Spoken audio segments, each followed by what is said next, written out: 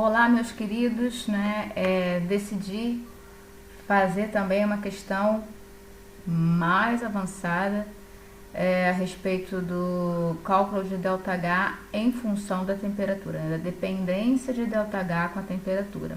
Quando nós queremos fazer a estimativa do calor envolvido numa reação que não esteja ocorrendo a 25 graus Celsius, que esteja ocorrendo até na condição padrão de pressão, mas em outra temperatura que não a temperatura padrão de 25.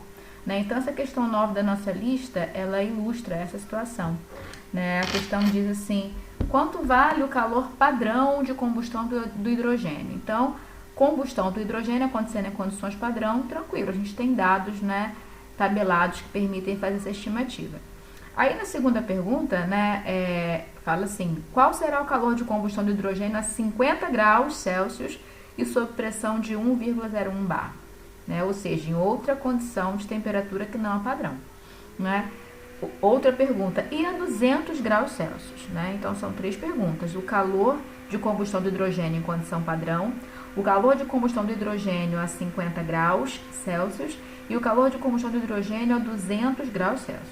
Os dados são calores padrão, calor latente de vaporização, capacidades caloríficas e com detalhe, aqui o enunciado nos dá a informação de capacidades caloríficas molares a pressão constante como função da temperatura.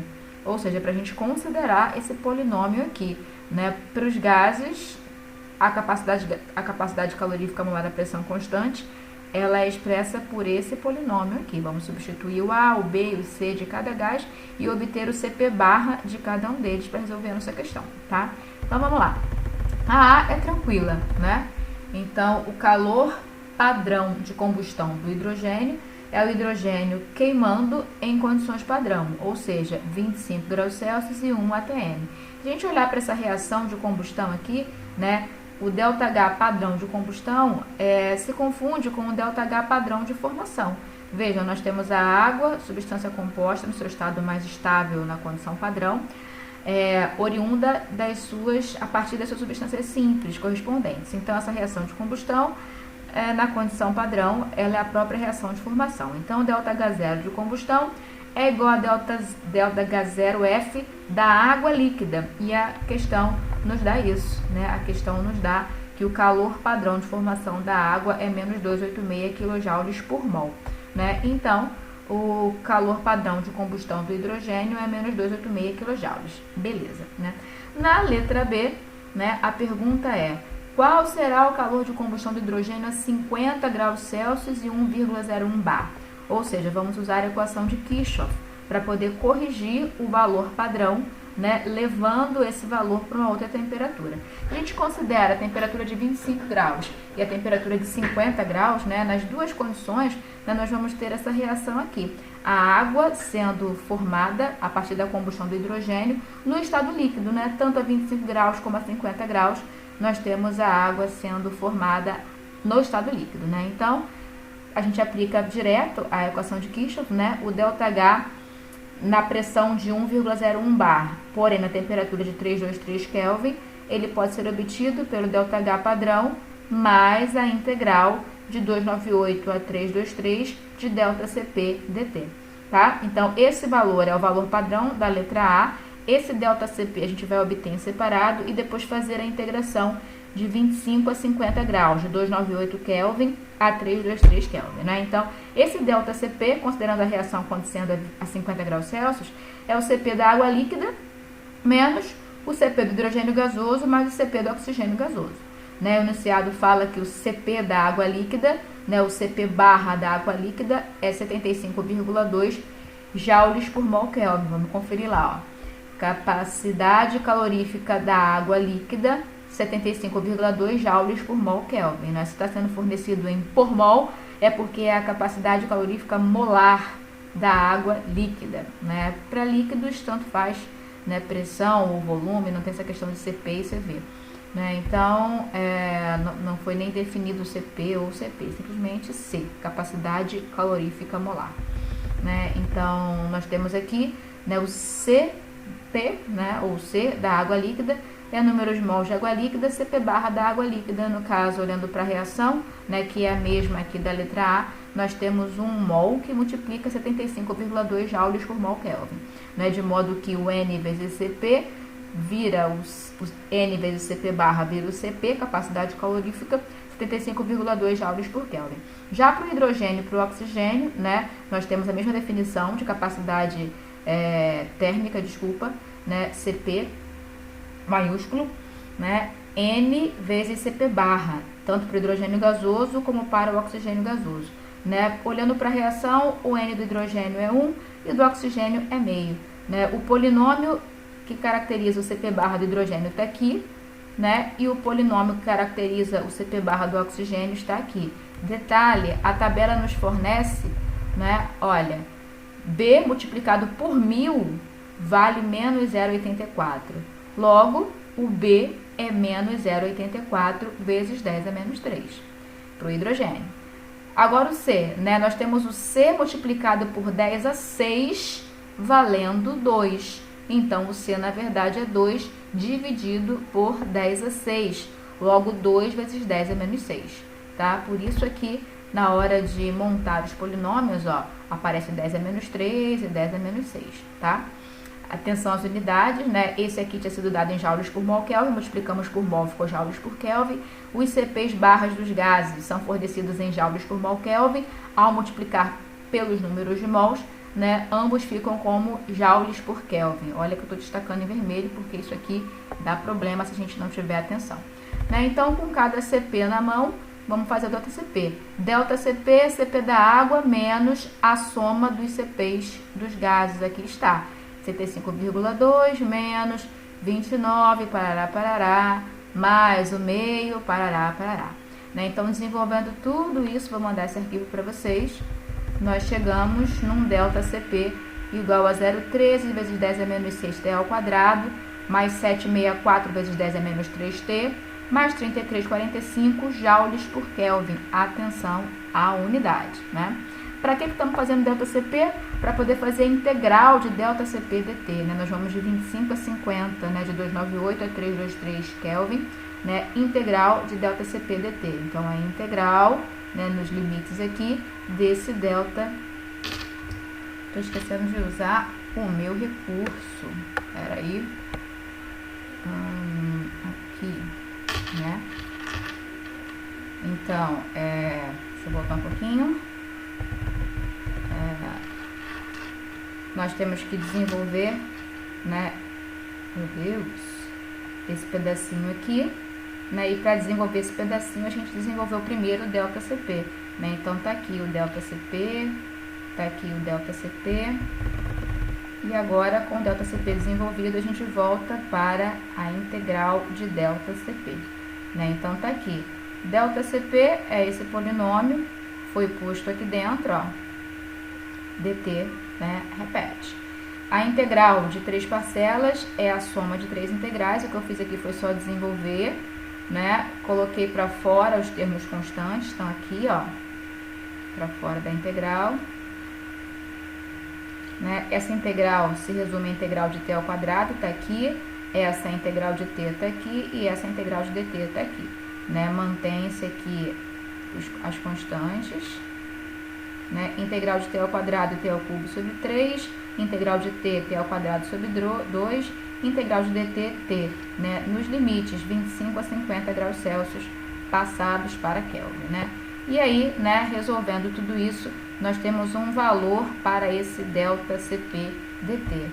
Né? O nosso objetivo ao fazer esse delta CP, essa integral de delta CP dt, era, né, corrigir o valor padrão da entalpia, a fim de que ele seja levado ao valor da variação de entalpia numa temperatura diferente da padrão. Né? Então, voltando para cá, delta H0 de combustão a 50 graus Celsius é o delta H0, mais a integral de delta CP dt, né, conforme está destacado aqui em verde. Ó. O delta H padrão de combustão a 50 graus Celsius, né, é o valor padrão corrigido por um termo, né? Que termo é esse? É a integral de delta CP dt. Aí eu pergunto para vocês, né? Vocês acham que esse valor de x aqui, né, que eu não calculei, mas vocês vão calcular, É um valor positivo ou negativo, né? Vamos pensar.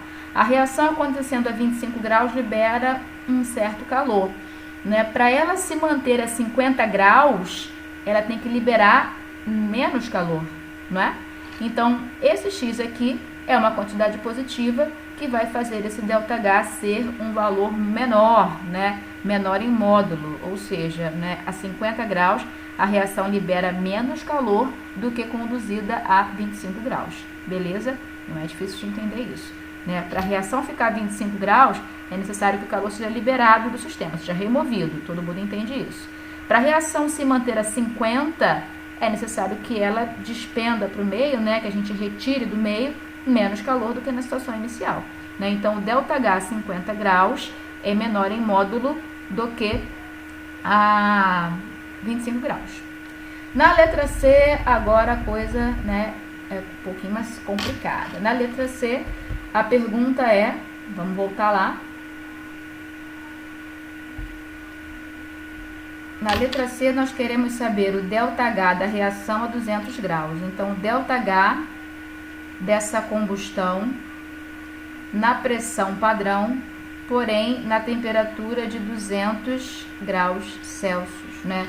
Ou seja, a 200 graus Celsius, né, a água formada não vai estar no estado líquido, né? Obviamente não, né? Então, a nossa reação na letra C não é a mesma da letra A e não é a mesma da letra B, né? Vamos ver qual é a reação na letra C.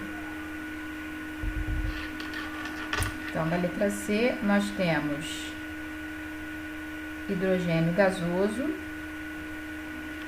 mais meio de oxigênio gasoso, formando água no estado gasoso, né? Essa condição é de 1,01 bar e 200 graus Celsius. A pergunta é, qual o ΔH dessa combustão a 200 graus Celsius? E aí, né, para aplicar a equação de Kirchhoff, né, a minha referência tem que ser uma reação onde a água esteja formada no estado gasoso. Né, o que a gente faz na equação de Kirchhoff, na verdade? Deixa eu voltar aqui. Pô, todas estão bem poluídas, né? Enfim, né, o que nós fazemos é pegar um valor padrão e corrigir para levar num outro valor. Né? Como é que eu vou pegar um valor, né, a 25 graus, onde a água está no estado líquido, aplicar uma correção e levar, né, para um valor de temperatura onde a água esteja no estado gasoso? Né? No meio do caminho aí tem uma mudança de fase, né, uma mudança de estado físico. Então, é preciso sempre, né, ter atenção que nessa equação de Kirchhoff a gente precisa levar, né, pegar uma referência que tenha a mesma constituição, né, para poder aplicar a correção e levar no valor que nos interessa. O que eu estou querendo dizer? Né? Se eu tenho a reação de interesse formando água gasosa, eu preciso ter uma referência, né, onde a água esteja no estado gasoso. Então, olha como eu escrevi a minha equação de Kirchhoff.